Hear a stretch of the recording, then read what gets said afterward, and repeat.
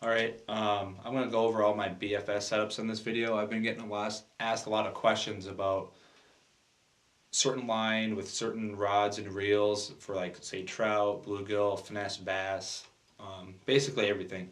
So I'm just going to go over all my setups. I'll have 5 different videos on that. I'll have my super finesse trout setup like you've seen in those trout videos. I'll have those links below.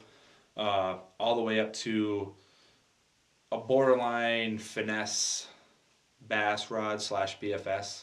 I guess BFS in more traditional sense, throwing like 4-inch worms, Nico rigs, Ned rigs, stuff like that. And I got like a cranking setup in between those.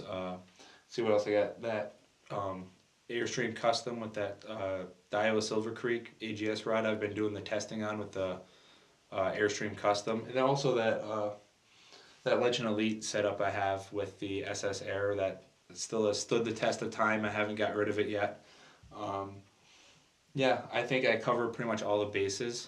Kind of what I do is I look at it almost like bass fishing. So if you're going to go with, let's say, 5 rods, generally you're going to have a finesse rod of some sort. You're going to have kind of your all-around go-getter like you'd use like for spinner baits, chatter baits, maybe some jigs and stuff like that too. You're going to have a cranking setup, so you got a more parabolic rod for throwing crankbaits. Then also you're going to have your power rod, so that's like, whether you're flipping brush, whatever like that. And then you're going to have like a kind of all-around jig rod, a little bit less power than that, but you can also still throw maybe some top waters and some moving baits as well. So that's kind of what I look at for my setup. I can go out bluegill fishing and got those 5 rods, all my bases are covered. And I can also use them for some finesse bass stuff, but you're going to get yourself in a lot of trouble. Other than maybe my 2 heavier setups I can handle some bass on. I know I've caught some big pike on them too, but it's not advisable and I wouldn't do that. So I'll have a 5 video series. This is kind of just like an intro, kind of what I do.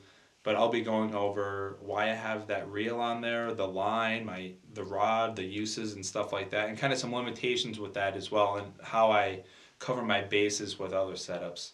So make sure you subscribe so you can see those videos, and comment below if you have any more questions as far as specific setups, like what I do, why I have it certain ways, okay?